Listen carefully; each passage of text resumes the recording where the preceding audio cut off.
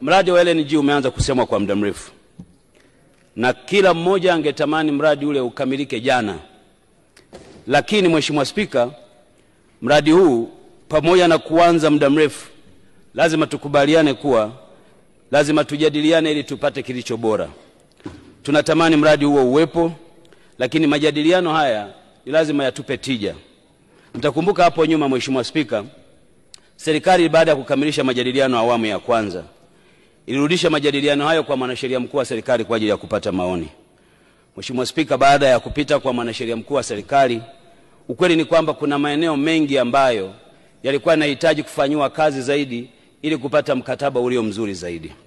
Mheshimiwa Spika, leo tunaweza tukasema kwamba mradi huo uanze, lakini nataka niseme kwamba mkataba ulio mzuri leo, kesho unaweza kuwa mkataba mbaya. Nchi hii ina historia ya kupita kwenye mikataba hiyo inayolalamikiwa. Tumejifunza mengi kwa safari toka tumeanza extractive kwenye nchi yetu.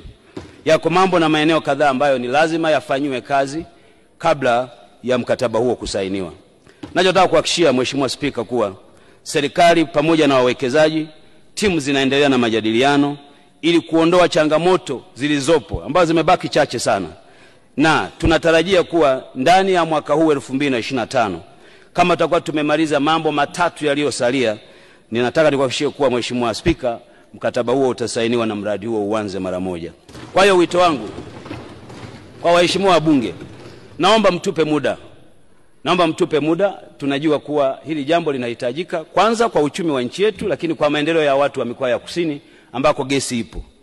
Mheshimiwa Spika, ingekuwa ajabu sana siku moja tuingie mkataba, tumekubaliana na mwekezaji, ndani ya mkataba ule mwekezaji au ameruhusiwa local content ya Tanzania isitumike.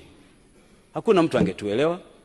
Hakuna mtu angetuelewa kwamba bima zote ambazo zinatakiwa kukava huu mradi zote zitoke nje ya nchi bila ushiriki wa Watanzania. Hakuna mtu ambaye angetuelewa kwamba tutachimba gesi lakini domestic gas, yani gesi ya matumizi ya ndani, iwe angalau 3%. Hakuna mtu angetuelewa. Kwa yako mambo mengi ya kiuchumi